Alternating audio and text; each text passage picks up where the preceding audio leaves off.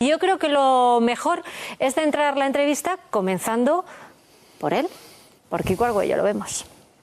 Francisco José Gómez Argüello Birch nació el 9 de enero de 1939 en León. Es el mayor de 4 hermanos y se crió en una familia burguesa y católica en Madrid. Tras ir al colegio y estudiar Bellas Artes en la universidad, entró en crisis con su familia y con él mismo, sobre todo por el ambiente de la facultad, que era ateo y marxista. Nada respondía a sus inquietudes y se fue alejando de la iglesia hasta dejarla por completo. Entonces, en esa línea atea, se dedicó a hacer teatro, pintar, exponer, a ser artista. Sin obtener respuesta, preguntaba a la gente: ¿tú sabes por qué vives? Tras leer al filósofo Bergson, se dio cuenta de que para negar que Dios existe, tenía que tener tanta fe como para creer que existe, aunque no sabía cómo encontrarlo. Respondiendo su inquietud, una mañana en una habitación pedía al Señor que le ayudara a encontrarlo. Entonces Dios le respondió y tuvo una experiencia de encuentro con el Señor que le sobrecogió. Fue pasar de la muerte a la vida. Buscó ayuda en un sacerdote y acudió a los cursillos de cristiandad. Quería hacerse cristiano, incluso su pintura cambió y comenzó a hacer arte religioso, pero el Señor le permitió conocer a una persona que sufría y entonces lo dejó todo. Se fue a vivir a las chabolas de Palomeras, en el madrileño barrio de Vallecas. Allí encontró su forma de vivir junto a una imagen de San Francisco, una Biblia que lee todos los días y una guitarra. Tras convivir en barracas con gente pobre y marginada, comenzó a predicar y a dar razón de su fe. Allí comenzó el camino neocatecumenal en el año 1964. Bendita tú eres entre todas las mujeres. ¿Todos queréis que os diga una palabra, va? Dice: sí, Kiko, últimamente hablas poco, ¿qué pasa? Digo: espera un momento. Antes ateaba un querigma. Yo siempre lo que más me impresiona es el mayor bien que os puedo hacer es anunciar el querigma. Una experiencia que relata en su libro El Querigma, donde el propio Argüello señala que es necesario pasar en la parroquia de una pastoral de sacramentalización a una pastoral de evangelización.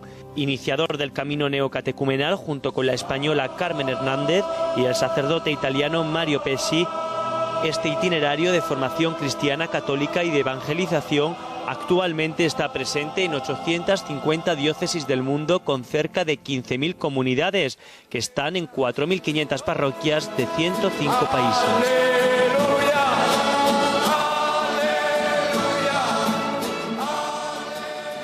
Bueno, es el perfil que hemos querido hacer de Kiko Argüello y del inicio de ese camino neocatecumenal.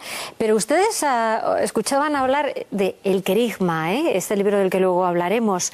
Yo me imagino que habrá mucha gente que esté familiarizada con este término, pero habrá otras personas, Kiko Argüello, pues que no sepan qué es el querigma. Y vas a anunciarlo el día 30 a las 10:30, antes de la Eucaristía. Vas a anunciar lo que es el querigma. Cuéntanos. Espero. San Pablo dice que Dios ha querido salvar el mundo a través de la necedad de la predicación. Pero cuando escribes esta carta a los Corintios, lo escribe en griego. Si vamos a leerlo en griego, no pone la palabra predicación, sino pone: Dios ha querido salvar a los hombres a través de la necedad del querigma, que es una palabra griega que significa noticia, anuncio. De keris, que significa, es como el pregonero que anuncia por los pueblos la noticia del señor alcalde, dice, es el keris. O sea, querigma es lo mismo que evangelio, anunciar el evangelio. Pero San Pablo dice esta frase: Dios ha querido salvar el mundo, salvar a los creyentes a través de la necedad, porque parece una cosa muy simple, del querigma. Entonces, anunciar el querigma significa salvar el mundo, salvar a los hombres. Eso es lo que vas a anunciar a partir de las 10:30. Espero. Sí, lo esperamos todos, lo esperamos todos. Pero, ¿es necesario celebrar todos los años un Día de la Familia? Bueno, pues, ¿qué quieres que yo te diga? Para mí es fundamental dar un impulso, o sea, ayudar. Yo, si quieres, puedo decir, nosotros en Italia hicimos el Family Day hace 10 años, fuimos promotores, precisamente después de haber visto lo que había pasado en España con la ley de Zapatero del matrimonio homosexual. Entonces se estaba preparando en Italia pues una ley que se llamaba el DICO para las parejas, etcétera. Entonces hablé con el secretario de la Comunidad Episcopal y dije, pero no penséis hacer nada, fijaros lo que ha pasado en España, las leyes son muy importantes, el hombre es un animal social, influye muchísimo. Y me dice, no, es que el cardenal Rubini piensa que, no sé, que puede ser un fracaso. Y, bueno, yo dije, pues dígale usted al cardenal Rubini que nosotros podemos llevar 300.000 hermanos a la calle. Entonces se lo dijo y me llamó el cardenal y dice, pero de verdad, ¿vosotros podéis llevar 300.000? Digo, sí, tenemos tantísimas familias, bueno, hacemos un acto por lo menos de presencia, etcétera. Ah, pues entonces, bueno, pues ponte de acuerdo, me dijo, ponte de acuerdo con el responsable del movimiento familiar cristiano, o sea, nos reunimos, hicimos este encuentro que fue impresionante, más de 1 millón, vieron Roma llena de chicos, de jóvenes con jóvenes. Tanto es así que la ley se paró frente a este acontecimiento. Visto este éxito, podemos decir, que Dios nos ayudó tantísimo, pues pensamos, ¿por qué no hacemos algo en Madrid?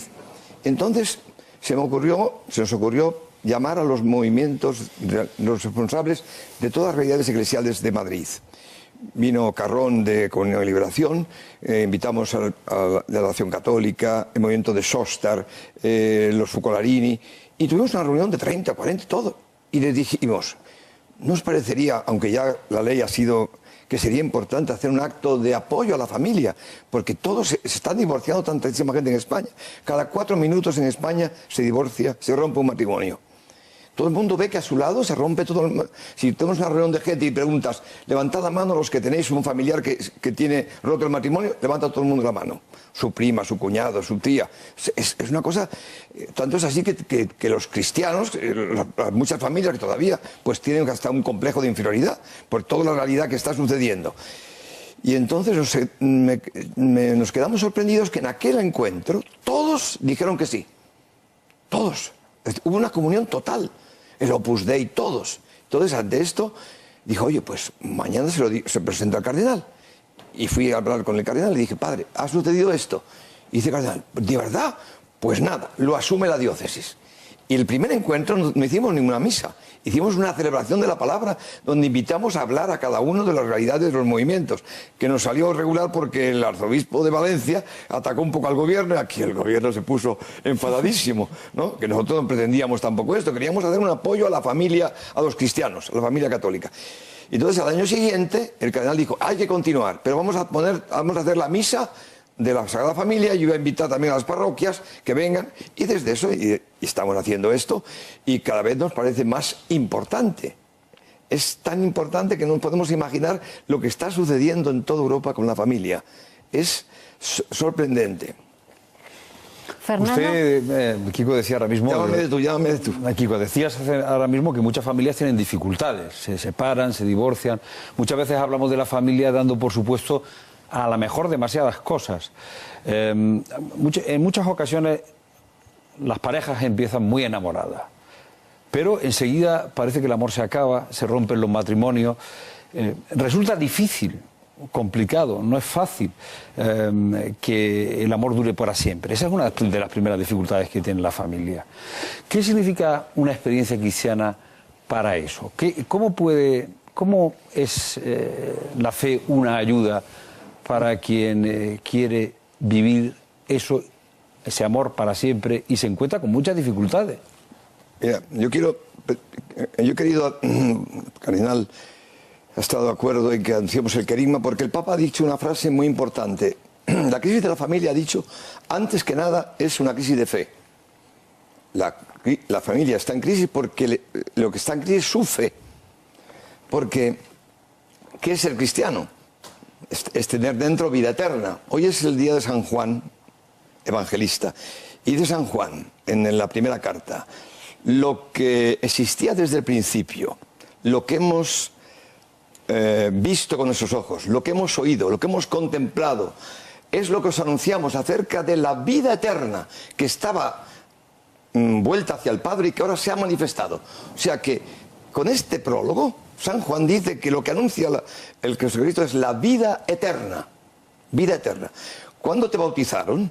Le preguntó a tu padrino el cura, ¿cómo se va a llamar? El hijo, bueno, ¿cómo te llamas? Fernando Rafael. Pues dijo, tu padrino dijo, Fernando, tú eras chiquitín, y preguntó el cura a tu padrino, Fernando, ¿qué pides en la iglesia de Dios? Y tu padrino dijo, por ti, la fe. Y preguntó el cura de nuevo, ¿y qué te da la fe? Y dijo tu padrino por ti, la vida eterna. Y dice San Juan, el que detesta a un hermano es un asesino, y ningún asesino tiene dentro vida eterna. Si tenemos dentro vida eterna, quiere decir una vida que ha vencido la muerte, podemos amar al otro una nueva dimensión, en la dimensión que dice San Jesucristo, amaos como yo os he amado. Cristo nos ha amado en la dimensión de la cruz, la dimensión del enemigo, más allá de la muerte. Hemos vencido la muerte. El primer enemigo que tenemos es la mujer en el matrimonio y el marido.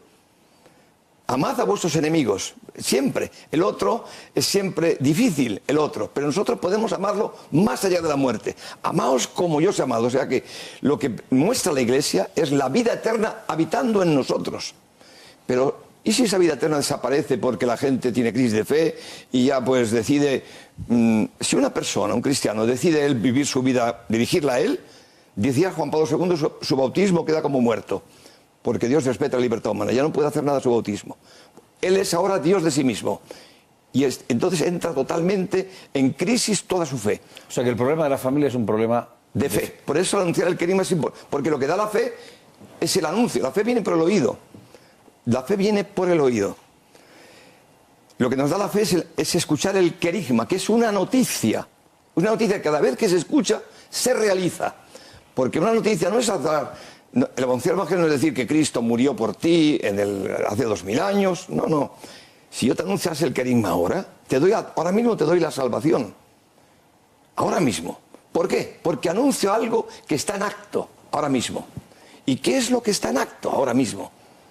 Pues que Dios ha enviado a Jesucristo a dar la vida por ti, que ha muerto por ti, que ha resucitado por ti, que ha subido al cielo y ahora mismo está delante del Padre, presentando las llagas gloriosas de lo que ha sufrido por ti, para que tú puedas ahora, estamos aquí en la televisión, recibir desde el cielo el Espíritu Santo. O sea que es una cosa actuante, perenne, total. Por eso hay que anunciar el Evangelio. Ahora, el problema que tiene, si tú recibes ahora mismo el Espíritu Santo, el problema que tiene es uno solo, y es que si la fe viene por el oído, y si tú tienes el oído cerrado, porque no quieres oír sermones, te tienes sin cuidado la iglesia, pues ya te puedo contar esto mismo que no te lo crees. Entonces el problema es que para anunciar el querigma hace falta abrir el oído. Entonces si tú ves los Hechos de los Apóstoles, el primer querigma lo hace San Pedro, pero antes, para abrir el oído, Dios hace un milagro. ¿Cómo se abre el oído?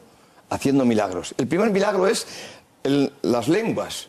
Son 17, nombran 17 naciones, partos, medos, elamitas, Arabia, romanos, vino de Roma, prosélitos, 17 naciones para mostrar el milagro, que cada uno escuchaba en su propia lengua y se quedan sorprendidos. Inmediatamente después hay el paralítico de la puerta hermosa del templo y hoy otro querigma. Después resucitan a una joven y hay otro querigma. O sea que los milagros...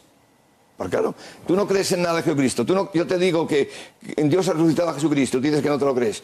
No te lo crees, que Cristo ha vencido la muerte, que Dios ha vencido la muerte. Imagínate que hay un muerto y te digo, escúchame, en nombre de Jesús de Nazaret, levántate. Imagínate que se levanta, te quedarías boquiabierto, te quedarías sorprendidísimo. Pero una cosa muy importante en los Hechos de los Apóstoles es que a un cierto momento los milagros cesan. ¿Por qué? Pues porque aparece el verdadero milagro que salva el mundo, que es la Iglesia, lo que se llama el milagro moral. Aparece la comunidad cristiana, que muestra, amaos como yo os he amado, amaos más allá de la muerte, muestra la vida eterna presente en la Iglesia. La Iglesia siempre anuncia la victoria sobre la muerte. Porque eso, bueno, no quiero extenderme mucho, esto lo he dicho en el sínodo. Ahora hablamos del sínodo, sí. ¿no? Ahora hablamos y tenemos que hablar de muchas cosas, José Beltrán. En esa misma línea. Hablaba de despertar los oídos, ¿no? De que la gente abrir el oído. Abrir el oído. ¿Cómo hacerlo, ahora que se habla tanto de la nueva evangelización, a gente que precisamente ya no es que esté cerrado a Dios, sino que rechaza completamente? ¿Cómo llegar? ¿Cómo desde...? Este es el punto más importante, que es la misión que tiene el camino neocatecumenal en el mundo. La misión que tenemos nosotros exactamente es esto. Hay que preparar, que lo he dicho en el sínodo, ¿Cómo abrir el oído? ¿Cómo se abre el oído? Pues lo dice nuestro Señor Jesucristo. Nosotros decimos en las parroquias que hay que pasar de una pastoral sacramental a una pastoral de evangelización. Entendiendo por pastoral sacramental, pues lo que hacen las parroquias. O sea, de un barrio de 5.000 personas, una iglesia, ¿y cuántos vienen de ese barrio a la iglesia todavía? Vamos a poner un 15%, un 10%. Hay un grupito todavía que viene, unas 1.200 personas, que vienen a la misa del domingo, etcétera. Ese grupo. Entonces, a ese grupo hay que alimentarle la fe o mantenerla como una pastoral sacramental. Cristo está presente, que es Cristo el autor de la fe, el que promociona nuestra fe, el que alimenta nuestra fe. Pues está presente Cristo en los sacramentos, pero hay que dar la misa, es un sacramento para alimentar nuestra fe. El bautismo, preparación al matrimonio, la caritas, el apostolado de oración, todo eso que se hace en una parroquia. Pero el problema es que de ese 10% hay un 90% de gente que está secularizada y que no tiene fe, que nos atorna por todos lados, que votan socialista, etcétera, y que son ateos o secularizados. Ahora, ¿cómo podemos llegar? Entonces, esa presencia de Cristo, a ese hombre que no tiene fe, no le dice nada, porque no tiene fe, no cree en los curas, ni cree que en ese sagrario esté Dios, ni nada de eso. Toda esa presencia no le sirve, ni las monjas, ni los curas, ni el Vaticano. Dime, necesitaríamos una presencia de Cristo en la que un hombre que no tiene fe se ha tirado a la fe, se ha llamado a la fe. ¿Existe? Nosotros decimos, existe. ¿Cómo que no existe? Dice nuestro Señor Jesús dice, amaos, atento a esto, ¿cómo yo os he amado? Dice, nos ha amado en la dimensión de la cruz. Y en este amor, ese Señor secularizado que está ahí, que está enfrente tuyo, dirá, esos son discípulos de Cristo. Y si sois perfectamente uno, atención a la palabra perfectamente uno, ese hombre creerá. Eso dice el Evangelio, que es palabra de Dios. O sea, entonces dice Jesucristo, que si nosotros lográramos amaos, oye, ¿amar a quién? Pero no se trata de amar al compañero de la oficina, amar a... Eso es todo superficial. Amaos como yo os he amado. Dicen los psicólogos que si yo te mando... Amar no se puede amar a quien no se conoce, ¿verdad? Si yo te mando a poner en ninguna página, dime las personas que tú conoces, cómo se llaman, dónde viven, cuántos hijos tienen, etcétera, no llegas a 30 o 40, porque somos limitados y conocidos. Lo cual quiere decir que la comunidad cristiana no puede ser grande, porque Cristo nos ha dicho, amaos en una calidad de amor que la gente que os rodea quede sorprendidísima. Si sois perfectamente uno, porque el Padre son tres personas, Dios es una comunidad de personas que son un único Dios. Las personas, ese misterio de la Santa Trinidad se encarna en la iglesia. Ahora mismo cuesta. En una parroquia le digo a un párroco de esto y dice el párroco, sí, estamos de acuerdo. ¿Y cómo podemos lograr que un grupo de 40, 50, no muy pequeñito, un grupito, llegue a esta estatura de fe? Como Cristo nos amó. Eso hace falta tener una fe, pero grande. ¿Y cómo hacemos? Pues nosotros hacemos un itinerario, una iniciación cristiana, basado en el bautismo. Cogemos ese grupo y decimos, ¿estáis de acuerdo en esto? ¿Y queréis iniciar un catecumenado postbautismal serio, con todas las etapas, verificando la fe? Nosotros no creemos la fe en nadie. ¿Tú tienes fe? Demuéstramelo. ¿Tú de verdad dices que tienes fe? Muéstrame que tú has recibido la naturaleza misma de Dios, que tienes la misma... Muéstramelo. Muéstrame tus obras y te diré a ver qué tienes. Pues hay mucha gente que no tiene obras ninguna. Obras de vida eterna llamaba San Pablo a los cristianos. ¿Y cuáles son estas obras? Siempre amar lo que no puede hacer un comunista, ni un ateo, ni un budista. Vencer la muerte. Amar más allá de la muerte. Muéstrame el amor más allá de la muerte. A ver, ¿cómo amas a tu mujer? Muéstramelo. En concreto, vamos a verificar. Entra en una iniciación cristiana y verificamos la fe juntos. Y vamos a ver que la cantidad de lagunas que tienes, que no te dejas crucificar por los defectos de tu mujer, ni de tus hijos. O sea, porque fíjate, el problema hoy nosotros lo vemos clarísimo. Es uno solo en la iglesia. ¿En qué consiste hoy ser cristiano? Hoy, concretamente, en ir a misa, en rezar, en ser honestos. Los marxistas son honestos. En rezar, los budistas rezan, los musulmanes. ¿En qué consiste ser cristiano? Exactamente, dímelo tú. Ahí nos jugamos todo. Yo te podría decir algo. Dice San Pablo, llevamos siempre en nuestro cuerpo el morir de Jesús, para que se vea que en nuestro cuerpo Cristo está vivo. Ahora, Ahora, si estas palabras son verdaderas, ¿por qué no me muestra esta chica que dice que es cristiana cómo ella lleva en su cuerpo el morir de Cristo? A ver, que me lo muestre. Concretamente, en la vida de todos los días, con tus hijas, si me has dicho que tienes 2 hijas, con tu marido, muéstrame. Por ejemplo, cantamos en la anáfora, nosotros, extendió sus brazos en la cruz y adquirió para sí un pueblo santo. Extender los brazos en la cruz. ¿Extiendes tú los brazos en la cruz? ¿De cada día? Esto es la gente no ha sido educada en la fe. No sabe lo que es la vida cristiana. Educación en la fe. Vamos con el tema. Estabas diciendo ahora que estamos en una sociedad absolutamente secularizada o muy secularizada. Muy secularizada, sí. No, absolutamente, porque todavía hay una presencia cristiana. Las familias cristianas se encuentran con un problema grande, otro problema familiar. Porque la familia no es decir la palabra familia y que todo esté resuelto. Sí. Una de ellas es la transmisión de la fe en un mundo secular. Muchas familias, muchos padres y muchas madres hacen todo lo posible por transmitirle a sus hijos la fe. Lo llevan a un colegio religioso, le llevan a catequesis. Ya habló el Papa cuando era cardenal, hablaba del fracaso de la catequesis moderna. Sí. Hay mucho fracaso en la catequesis y muchos padres que por más que se esfuerzan y le dan lo mejor que tienen a su hijo, los hijos rechazan la transmisión de la fe o los padres no saben cómo hacerla. Pero no es porque sean malos, es porque a los hijos les parece irrelevante. Les parece que la fe no sirve para nada, que en la vida hay que resolver los problemas de cada día, hay que encontrar trabajo, si se puede, hay que encontrar a alguien que te quiera, pero ¿y para qué sirve la fe? Entonces, a esa respuesta... Es una pregunta importante. ¿Para qué sirve la fe? ¿Por qué tendría que ser yo cristiano? Porque mis padres eran cristianos por tradición. Y ahora yo, ¿por qué tengo que seguir siendo cristiano si a mí no sé muy bien para qué me sirve la fe? ¿Cómo resolvemos este asunto de la transmisión de la fe de padre a hijo? Hay que explicar cuál es la antropología que predica la Iglesia, qué es el problema del hombre. El hombre se ha separado de Dios, los hombres nos hemos separado de Dios con el pecado original y tenemos dentro, el hombre está muerto, dentro. Este es el punto, estamos muertos. Dice un filósofo, un teólogo que se llama Kierkegaard, habla del producto del pecado original, es la muerte óntica, la muerte de nuestro ser, el más profundo, nuestro ser. Lo que nos hace ser persona. La palabra persona, la raíz de la palabra persona, prosopón, es la misma raíz que personaje de una obra de teatro. Tú eres persona porque alguien te ha dado el ser. En una obra de teatro, el director dice a una, tú le das el ser de príncipe, a ti de rey, a ti es un rey, etc. Persona. ¿Y si resulta que el demonio nos ha dicho a Adán y Eva que no hay ningún director de teatro? ¿Tú quién eres? ¿Quién te ha dado el ser? No hay ningún ser.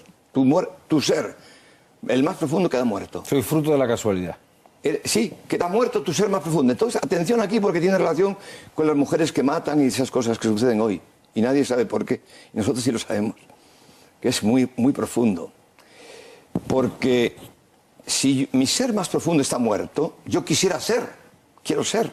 Ser en los demás, ser amado por alguien, ser en mi mujer, ser en mi novia, ser en el trabajo, ser que... La cantidad de jóvenes que se suicidan en su mayor parte, está demostrado, es porque de pronto descubren que no son para nadie, que nadie les quiere, que no existen. Por ejemplo, este chico en Italia, un hombre mata a las niñas pequeñas y su mujer no lo entiende. Dice, pero ¿cómo es posible? Era tan bueno, es una familia buenísima. Ay, imagínate este chico, a lo mejor ha ido a misa, pero no practica últimamente. Y su ser más profundo está muerto. Y todo su ser lo tiene en el amor de su mujer. Es en el amor que siente de su mujer. Si su mujer le traiciona, este hombre no sabe lo que le pasa, pero de pronto cae en el infierno. Experimenta algo que no sabía que existiese. El infierno del no ser. Porque Dios ha dicho a Moisés en la zarza, yo soy el que soy. Dios es el único que es. Ese infierno es un dolor tan grande, es un sufrimiento tan horrible, que ¿sabes lo que piensa? Tengo que hacer descubrir a mi mujer el daño que me ha hecho. ¿Y cómo podré hacer descubrir a mi mujer el daño que me ha hecho? Matando a los niños. Y no le importa nada. Es como un apostolado. Mata a los niños para que se entere. Mi mujer tiene que preguntarse. Pues fíjate, esa mujer después en la televisión no se preguntó nada de eso, pensó que su marido era un monstruo. No hizo ninguna reflexión. El otro día, otra señora en Italia, lo mismo, ha matado a un niño de 7 años, eso ha sido una mujer, y al niño de 5. Y lo ha dicho, porque mi marido me ha traicionado. Fíjate que el adulterio antes en España, antes era un delito, ¿verdad? Ahora todo está lleno de adulterios. Es matar el amor. Pero la gente no sabe que existe el infierno. Nadie predica el infierno, ni se habla del demonio. El infierno existe. Y cuando uno experimenta, no sabe lo que le pasa, experimenta un dolor tan horrible, tan tremendo. ¿Sabe lo que es el infierno? El infierno de no ser. Kiko, Entonces, vamos a hablar de otro infierno, porque han salido unos datos hace apenas unos días de abortos en 2011. Sí. Ha subido un 5%. Imagínense ustedes, 118.359 abortos, y se dispara sobre todo en las mujeres que supuestamente no deberían tener problemas socioeconómicos, es decir, las mujeres que tienen a su marido, que están casadas, tienen pareja y son de más de 30 años. Bueno, es un auténtico infierno y es un problema para la familia, y no solo desde el punto de vista religioso. Mira, yo en el sínodo he dicho, bueno, es siempre lo mismo. Dice la epístola a los hebreos que por el temor que tenemos que el hombre tiene a la muerte, esta muerte óntica al que hablaba antes, el hombre es esclavo del demonio durante toda la vida. Hebreos 2:14. Esto lo he dicho en el sínodo a todos los padres sinodales porque en todo el tiempo que he escuchado 260 intervenciones ni salió la palabra demonio, ni salió la palabra pecado, ni nada. Todos de nueva evangelización, etc. Y me parece importantísimo poner las bases profundas antropológicas. La epístola a los Hebreos 2:14, fíjate, yo llevo siempre conmigo la Biblia. Esto es importantísimo. Bueno, sí que tengo aquí lo que he dicho en el sínodo. En el sínodo lo tengo más. Mira, dice la epístola a los Hebreos: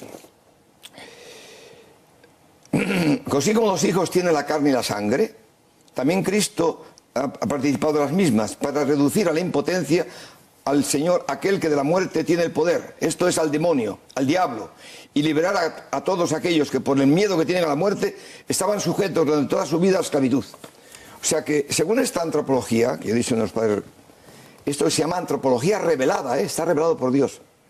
Por el temor que tenemos a la muerte, somos esclavos del demonio durante toda la vida. Entonces, el aborto.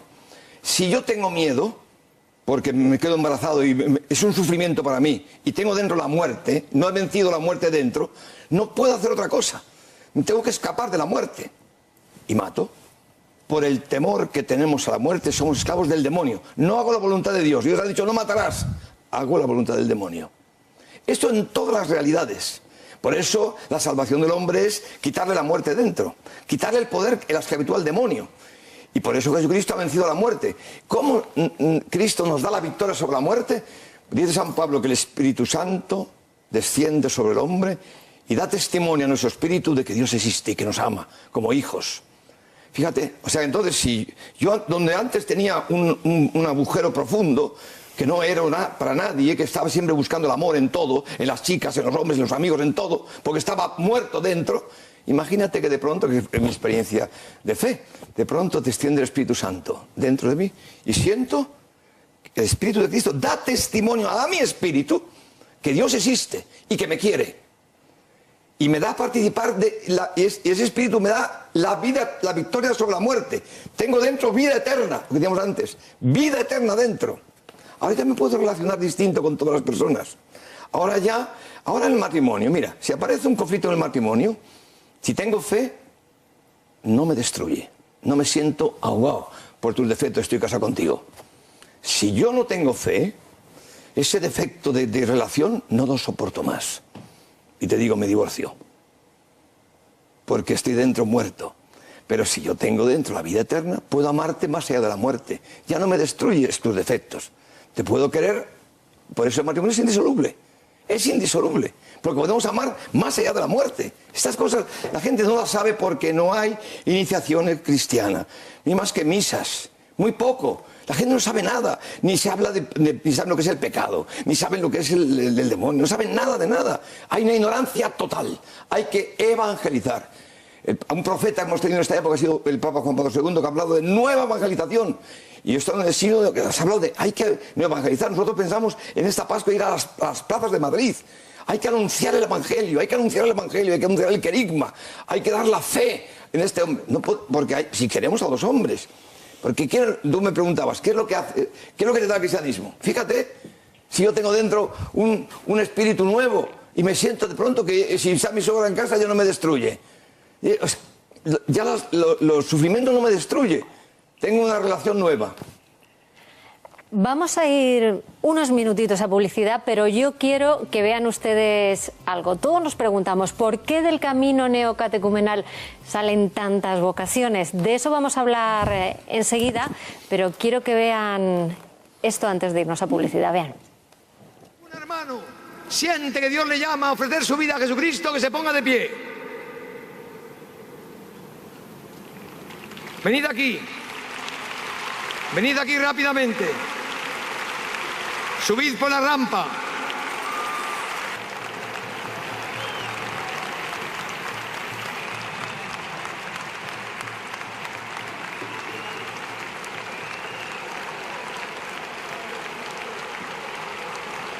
¡20.000 sacerdotes para China! Bueno, este fue un llamamiento a las vocaciones de Kiko Argüello justo después de la Jornada Mundial de la Juventud que vivimos intensamente en Madrid, y de esto vamos a hablar enseguida. No se vayan porque tenemos todavía muchas cosas que contarles y preguntar a Kiko Argüello. Que se queden de pie, que se queden de pie.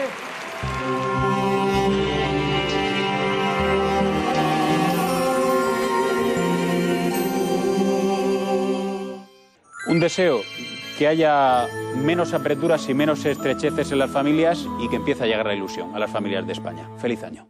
Estas Navidades, Madrid vuelve a convertirse en la capital de las familias y 13TV en testigo directo de su celebración.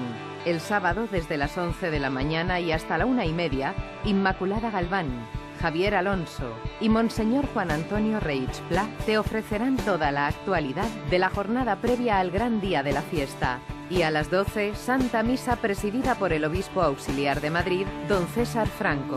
Y el domingo por la mañana, todos los detalles de la jornada festiva con la retransmisión de la Santa Misa, oficiada por el Cardenal Arzobispo de Madrid, don Antonio María Rouco Varela. Fiesta de la Sagrada Familia, el sábado de 11 de la mañana a 1:30 de la tarde. 13TV, más que una televisión. Galería del Coleccionista presenta en edición especial para 13TV una joya llena de espiritualidad y sentido cristiano. El icono La Última Cena, que reproduce la obra inmortal que Leonardo da Vinci creó para el refectorio de Santa María delle Grazie, en Milán. Una joya única realizada en una plancha plata de primera ley, delicadamente repujada y con maravillosas aplicaciones en oro de primera ley. La obra cumbre del arte universal, con el más profundo significado religioso, que llenará su hogar de belleza y valores. Una joya de la orfebrería y el arte sacro, rigurosamente certificada y autentificada, que usted puede conseguir ahora por solo 20 euros al mes sin intereses. Llame ahora al 902 80 87 47 y haga su reserva. Es una edición estrictamente limitada, con la garantía de Galería del Coleccionista. Esta Navidad, celébrala como más te gusta con un clásico de nuestra gastronomía, el jamón. Te presentamos todo un jamón de Argal. Un jamón entero sin hueso, el único fácil de cortar en casa. Equivale a una pieza con hueso de 7 kilos, pero con la comodidad de que está totalmente deshuesada, para que lo aproveches todo.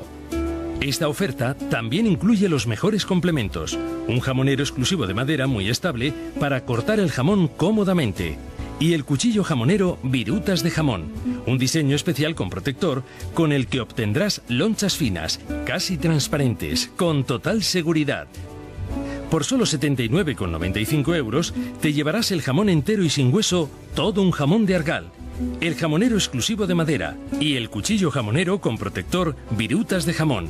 No renuncies al sabor de la Navidad. Puedes pagar contra reembolso, con tarjeta de crédito o con la tarjeta de compra de El Corte Inglés.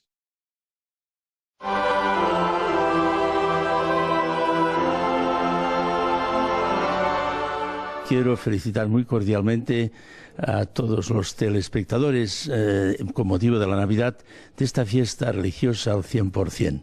Dios, por amor a todos, se hace pequeño, se hace niño, se hace pobre para hacernos a todos ricos con la riqueza de su amor y la riqueza de su salvación.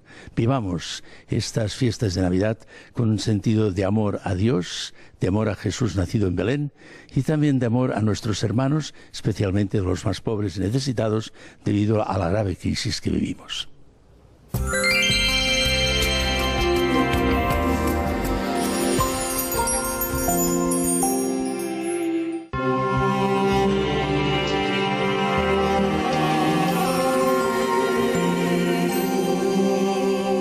Si algún hermano siente que Dios le llama a ofrecer su vida a Jesucristo, que se ponga de pie. Venid aquí. Venid aquí rápidamente. Subid por la rampa.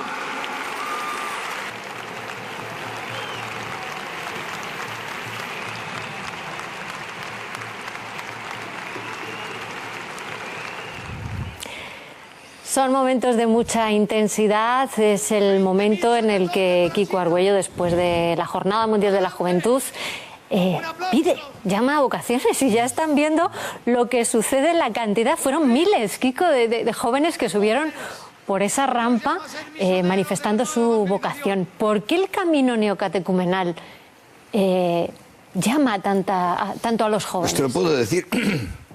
Por el secreto que tiene el camino es lo que nos ha dicho la Virgen, hacer comunidades cristianas.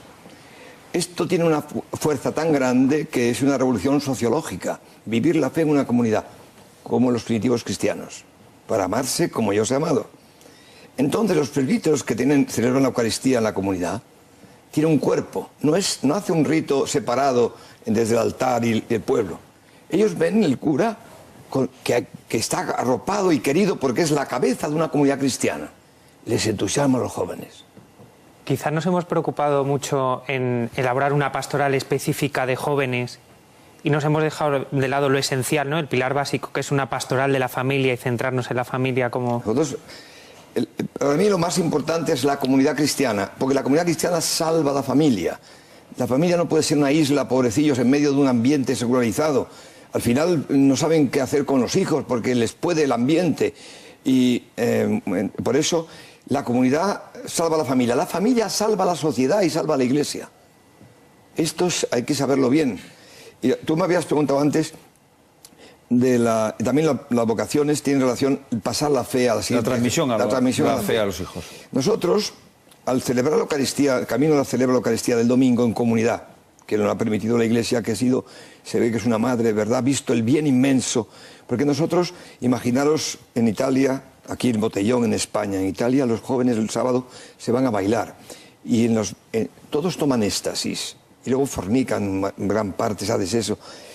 ¿Cómo lograr que un chico nosotros las familias son numerosas, con 10 hijos, con 12? Siempre hay uno que está en la pubertad, que está en crisis.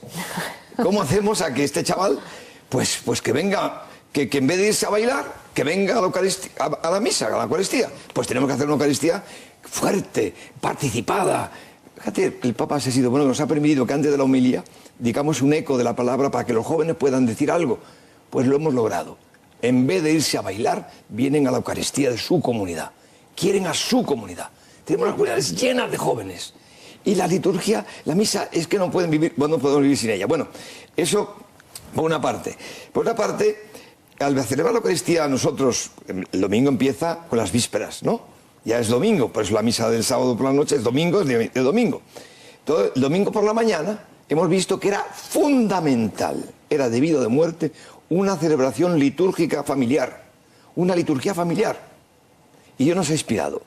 Entonces, si existís en una de estas, todos los domingos, se prepara el mantel, se hace un cirio en medio, todos tienen la Biblia de plata en casa, todos los chavales, uno toca la guitarra, otro al flauto, pues son 10 o 12, vienen los abuelos, nosotros jamás los abuelos los llevamos a un asilo, están en casa, etc. Y hacemos los salmos y después los padres preparan una palabra para los hijos. Habla la palabra y después pregunta a cada chico, ¿qué te dice esta palabra a ti ahora? A ver, ¿te dice algo o no te dice nada?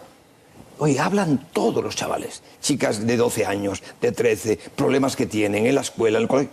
Es una cosa impresionante, de verdad. Y después al final el padre y la madre dan su testimonio de su fe, dicen, ya veis que nosotros os queremos como podemos.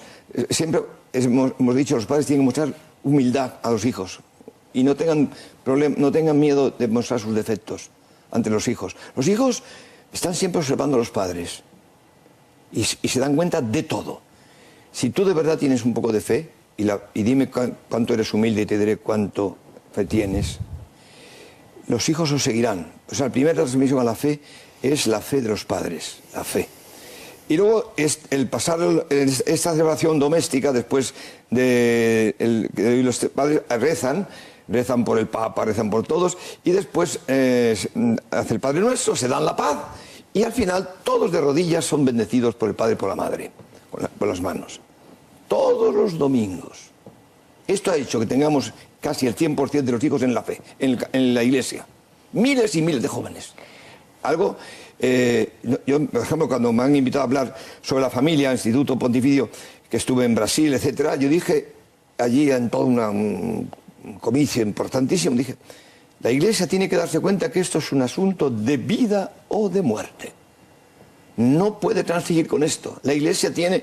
Fíjate, me han dicho que quizá el Papa ahora hará al final de este año de la fe una carta a las familias hablando sobre esto. Pero es importantísimo recuperar una celebración doméstica. La familia también es una iglesia doméstica, donde los hijos, además que un lugar de encuentro de las dos generaciones, donde puedan hablar. Si hoy no hablan, si hoy en la familia moderna uno abre el frigorífico y comen por su cuenta, ni siquiera comen juntos. Nosotros decimos que en la familia hay 3 altares.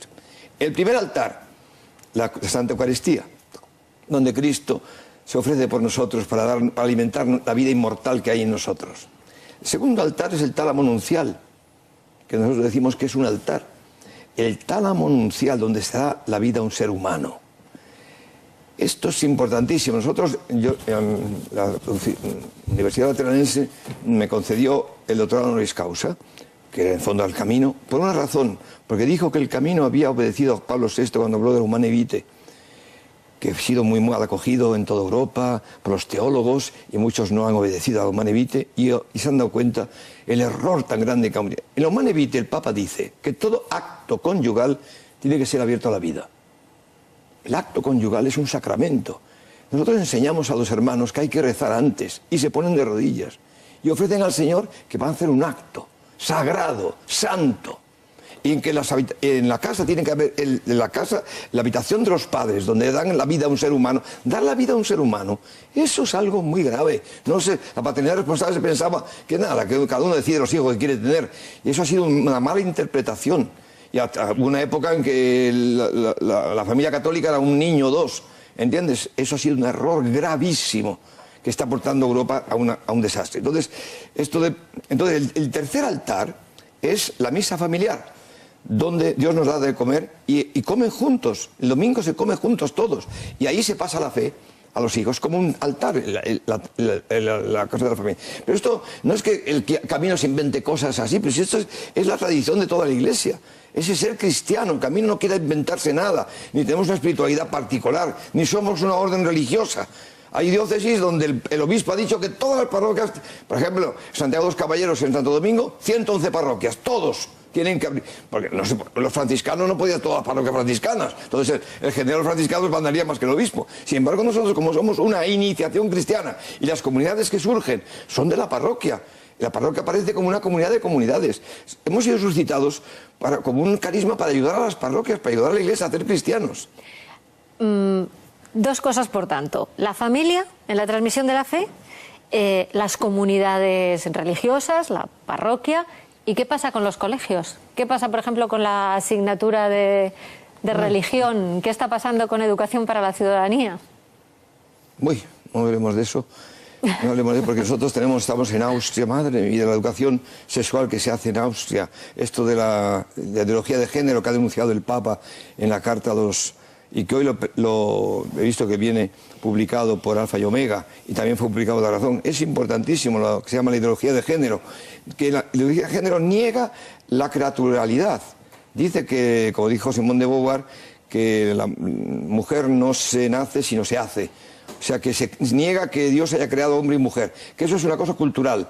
Y se está intentando desde los niñitos pequeñitos en la escuela a que ellos mismos decidan si quieren ser hombre o mujer. Bueno, no os podéis imaginar lo que esto significa. En Alemania me decía una hermana que lleva a la niñita de 5 años a la escuela y le hacen un examen. Y le dijo unas preguntas a la niñita tan horribles que ella quiere intervenir. Y como si fuera de la Gestapo, le dice: cállese usted, señora, cállese, no hable. Y venga a hacer preguntitas a la niña terribles. Y al final, menos mal que puso fémina, mujer.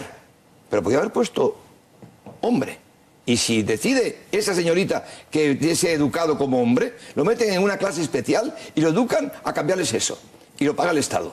Esto se está llevando hoy como una... Y además, la ideología de género son como fanáticos. Uno se hace mete ahí la libido en la ideología, esta ideología que es superar la religión, que es superar la sociedad, que no habrá más discriminación, y vuelven fanáticos. Pero en Austria, en Alemania, en Suecia, le están llevando a rajatabla. Tienen que decir, hasta algunos monitores dicen que tiene que insinuar al niño tocando el culito, a ver sus tendencias. ¿Qué tendencia tiene? O sea, bueno, esto, si uno se lo explica, es la negación total de Dios en la sociedad. Esto no nos vamos a dar cuenta de lo que está sucediendo en toda Europa. Es que tenemos que ser conscientes. Nosotros como bautizados somos profetas, todos. Y tenemos un discernimiento. Decían los padres de la Iglesia, ¿qué es lo propio de un cristiano? Le preguntaron a un anciano, preguntó a los alumnos, a unos jóvenes que querían ser. Y preguntó este padre, a ver, ¿qué es lo propio del cristiano? Y dijo uno, la humildad. Y dijo este anciano, no. Y dijo otro, la obediencia. Dijo, no. Dijo otro, la santidad. Dijo, no. ¿No? ¿Qué es lo propio del cristiano? Y dijo, el discernimiento. Si uno no tiene discernimiento, se cree que es obediente y no lo es. Se cree que es humilde y no lo es, etcétera, ¿no? El discernimiento. El discernimiento, tenemos un discernimiento por el bautismo, una gracia que nos da el bautismo para comprender, que nos da de profetas de la realidad. ¿Qué está pasando en la realidad? ¿Qué está pasando en la historia? Y lo que está pasando en la historia, hermanos, es gravísimo. En Europa va al desastre, lo puedo decir tranquilamente, no me importa decirlo en televisión, y va al desastre por 2 razones. Porque faltan hijos y porque nuestra sociedad está caminando hacia un tipo de sociedad que al destruirse la familia aparece un fenómeno social terrible. ¿Sabéis cuál es? Pues lo podéis preguntar en Suecia, que al final todo el mundo vive solo. El 80% de la sociedad, la gente está sola. O sea, conviven, en este momento en Suecia, si tú convives con una chica, ya la familia no se casan y no existe la familia judío-cristiana, ya no existe prácticamente. Entonces tú vives con una chica. Tienes que decir al comune, al ayuntamiento, tu dirección y dónde estás. Y si te separas y te vas con otra, no tienes también comunicar. Pero cada uno tiene su casita, tiene su piso y tiene su coche y su trabajo. Todos se llevan. Y luego se juntan y se separan, ¿no?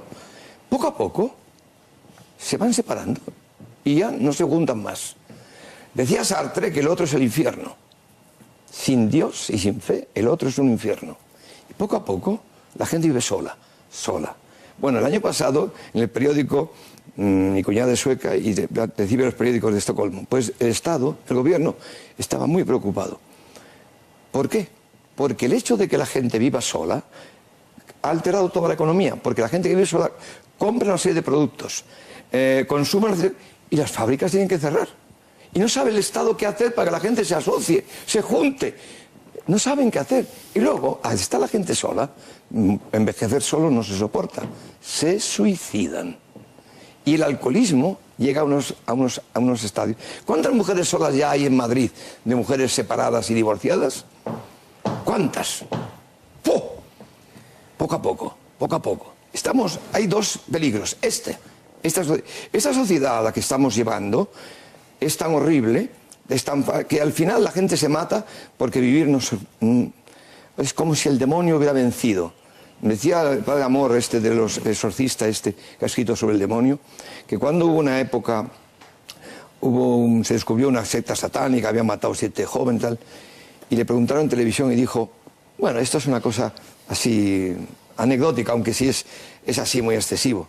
La verdad es otra, es que el demonio quiere que la gente se suicide, que la gente blasfeme contra Dios diciendo la vida es un asco, la vida es un horror, vivir es un horror, y se matan, y se matan, y se matan. Miles se matan en todas partes.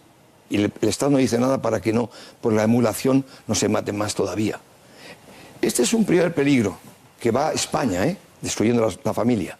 Vamos hacia una sociedad que es durísima, que es dificilísimo vivir.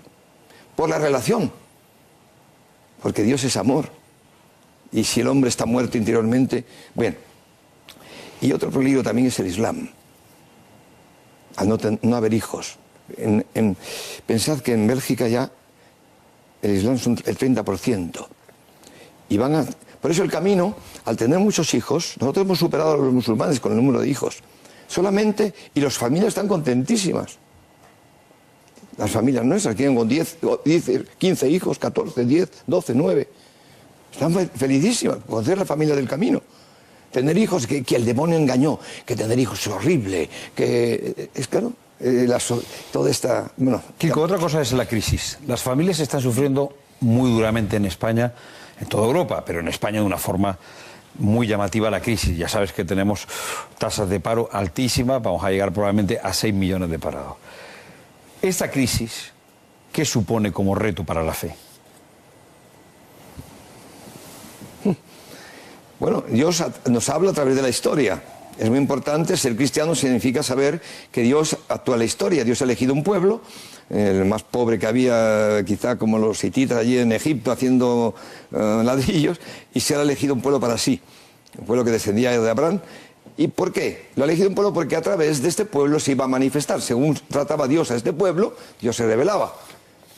Y lo trataba ¿dónde? En la historia. Entonces basta escribir la historia de este pueblo que Dios aparece.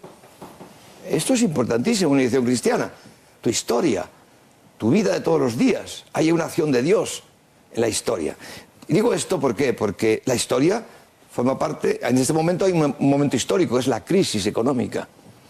Pues Dios, ¿qué nos está hablando? Pues eso, dice Dios, no podéis amar a Dios y al dinero. Nosotros en el camino de acción cristiana tenemos toda una catequesis sobre el dinero. Y pedimos a los hermanos, si quieres ser cristiano, tienes que probarte con el dinero. No puedes amar a Dios y al dinero. ¿Tú amas más a Dios que al dinero? Y te dice, sí, muéstramelo. Va y vende tus bienes. Decimos a todos los hermanos. Esto ha provocado unos escándalos en los párrocos. Oh, es que para ser cristiano hay que vender los bienes, no sé qué. Menos mal que salió el catecismo de la Iglesia Católica que nos dio la razón. Que dice que esto que dice Jesucristo, va y vende tus bienes, no lo dice a los religiosos. Porque no existían religiosos entonces, cuando se escribe el Evangelio. Lo dice a todos los cristianos. ¿Tú de verdad te has probado con el dinero? Hemos hecho un hecho donde tú de verdad dices que eliges a Dios por encima del dinero. Nosotros decimos, y la gente vende sus bienes. Me acuerdo de unos párrocos de Murcia que vinieron aquí a Madrid a hablar con los párrocos de San José, de La Paloma, porque estaban escandalizados, porque la gente vendía los pisos, vendía la tienda, vendía, y dice, oye, ¿esto qué es? Y le dijeron los párrocos, claro, no que quisiéramos nosotros que la gente fuera pobre, no, todo lo contrario, porque decimos que Dios da el 100 por 1, queremos que el hombre sea libre de la esclavitud al dinero. Por eso ahora mismo, en esta crisis económica, que tenemos tantos jóvenes también parados, las comunidades se ayudan entre ellos. No tenemos pobres, nos ayudamos. La comunidad es una cosa fantástica. Ahí se hace una colectita con una bolsa así anónima, ¿entiendes? Y se pregunta, y se va ayudando a las familias que no tienen para terminar el mes. La comunidad, los hermanos, nos ayudamos, hay una comunión de bienes, ser cristianos. Pero dices, Dios guía la historia, no somos huérfanos. Algo tendremos que aprender de esa crisis. ¿Qué es lo que crees que tenemos que aprender de esa crisis? Pues te estaba diciendo que hay que volver a Dios, que no podemos amar a Dios y al dinero. Elegid.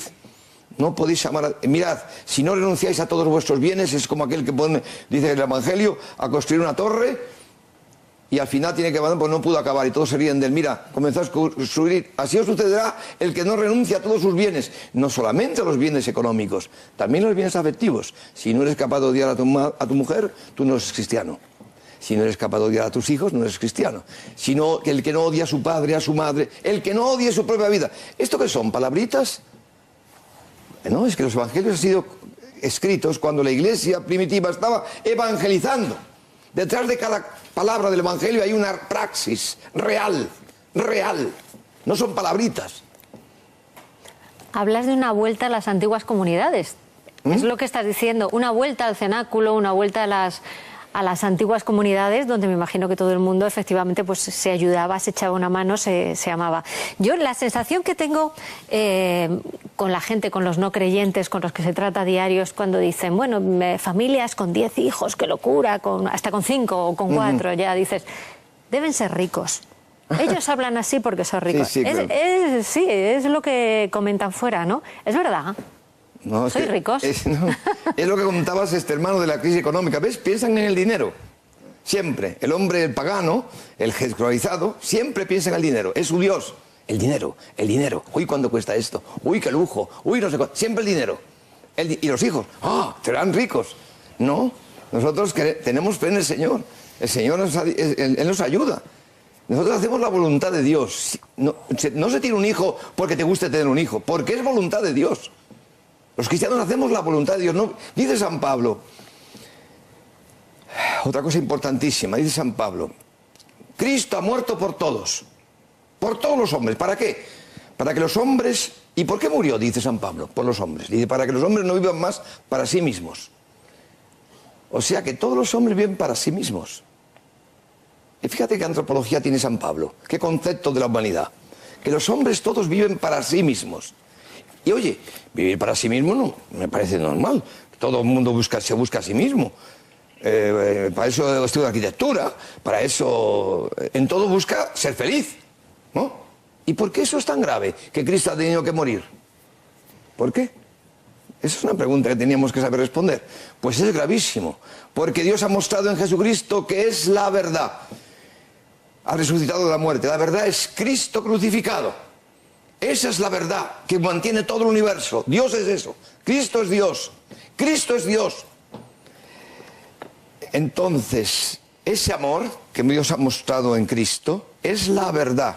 Y los hombres, por el pecado original, no viven en esa verdad. Viven en el amor a sí mismos. En todo buscan su felicidad. Y eso es una condena, porque no pueden amar en la dimensión de la cruz, que es la verdad. Toda la gente vive en la mentira. Por eso están insatisfechos. Por eso una mujer se casa y no sabe qué le pasa. Pero no le convence el amor de su marido. Ni le convencerá nunca. Entonces dice Cristo, dice San Pablo, y murió para que el hombre no viva más para sí mismo, sino viva para aquel que murió y resucitó por él. Entonces yo, si soy cristiano, no vivo más para mí mismo. Yo me he ido a las barracas no porque me gustase el mismo de los pobres, y no porque yo fuera un artista o que fuera un medio loco o un narcisista, pues porque era voluntad de Dios. Porque eso es un cristiano. Porque te lo muestra en la historia. ¿Qué es lo que quiere el Señor que yo haga? Y constantemente, ¿quieres que me case, que no me case? ¿Qué quieres que haga? O sea, el cristiano se pregunta por las mañanas, se levanta y piensa en Dios, que es su amor. Porque amar a Cristo es la única verdad, el resto es todo vanidad. Yo me levanto esta mañana y he hablado con Jesucristo. Y he hecho mis laudes, y he venido aquí, y le he dicho, ayúdame ahí en la televisión. Échame una mano. No sé si me está ayudando. Cuando nos ponemos a pensar en la apuesta por la familia y en la defensa de la familia, ¿no? Se habla a menudo de que es un bien para la Iglesia, pero se nos olvida que es un bien también para toda la sociedad. ¿Por qué los políticos y la clase política, ya no solo en España, sino en toda Europa, no apuesta por la institución de la familia, ¿no? El otro día en el diario adelantábamos unos datos del Instituto de Política Familiar que decía que para que este país siga adelante hacen falta exactamente 280.000 nacimientos. Es decir, si hablamos de déficit en lo económico, quizás es más preocupante este déficit en lo social, ¿no? No va a haber una nueva generación de españoles. ¿Cómo poner remedio a esto y cómo la clase política... ¿Qué llamamiento? ¿Qué le pedimos a los Reyes Magos para la clase política? Hay una frase, esto de política es interesante, hay una frase de que le preguntaba una vez a Cardin, al fundador de la hockey francesa, ¿usted cómo pesca? ¿Con red o con caña? ¿Sabes lo que dijo? Dice, yo me limito a cambiar el agua. Esa es una frase muy terrible. Quiere decir que el hombre es un animal social, que si cambiamos el agua, hacemos que caigan todos como chorlitos.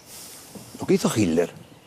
¿Cómo es posible que el comunismo haya logrado acabar con la fe de millones y millones y millones de gente rusa que era muy religiosa? Cambiar el agua. Vamos a cambiar el agua. Con las leyes se cambia el agua. Con las leyes. Por eso entonces, ¿qué quiere decir? Kiko, ¿quieres decir que si esto es verdad tendríamos que ocupar la política? Vamos a ocupar los medios de comunicación para cambiar el agua. Gramsci, fundador del comunismo, Partido Comunista Italiano, dijo que había que ocupar todos los medios de comunicación. Y cogieron todo, los periódicos, la televisión, la radio, todo comunistas, para cambiar el agua, ir cambiando a las personas. O sea, te van metiendo en un ambiente, ¿entiendes? Entonces, no, nosotros creemos que nosotros creemos que Dios, hombre, no digo que no haya cristianos que tengan una vocación social, porque Dios le va, según hablábamos antes, su voluntad. Hay hermanos en el camino que se dan cuenta de que el mayor servicio, la política es una gran, decía Santo Tomás de Aquino, es una forma de caridad suprema, en un cierto sentido. Poner tu vida... Yo le he dicho a los hermanos que se han metido en política, vamos, que sentían de Dios, os pediría una cosa, no cobréis, meteos en política pero gratis. Pero política como servicio a la sociedad. Sabiendo que el príncipe de este mundo es el demonio, dice la Escritura. Y siempre vence. Esto a muchos se escandaliza cuando lo digo yo. Y es la verdad. Siempre vence el demonio. En este mundo, Cristo no tiene donde reclinar la cabeza. Y yo, si soy el cuerpo de Cristo, seré perseguido, calumniado, insultado. El Papa ha dicho la cantidad de muertos y asesinados. Hoy están persiguiendo a los cristianos en todo el mundo. Miles y miles y miles. Los cristianos no tenemos donde reclinar la cabeza. Pero tenemos dentro el don de la esperanza, la virtud de la esperanza. Sabemos que morir, dice San Pablo, es con mucho lo mejor. Morir, es ir con Cristo. Por eso, el morir. No dice San Pablo, no sé si es mejor morirme o quedarme para ayudaros. Pero con mucho es morir, es ir con Cristo. Porque la muerte ha sido vencida. Los cristianos llamaban a la muerte dies natalis, día de nuestro nacimiento celeste.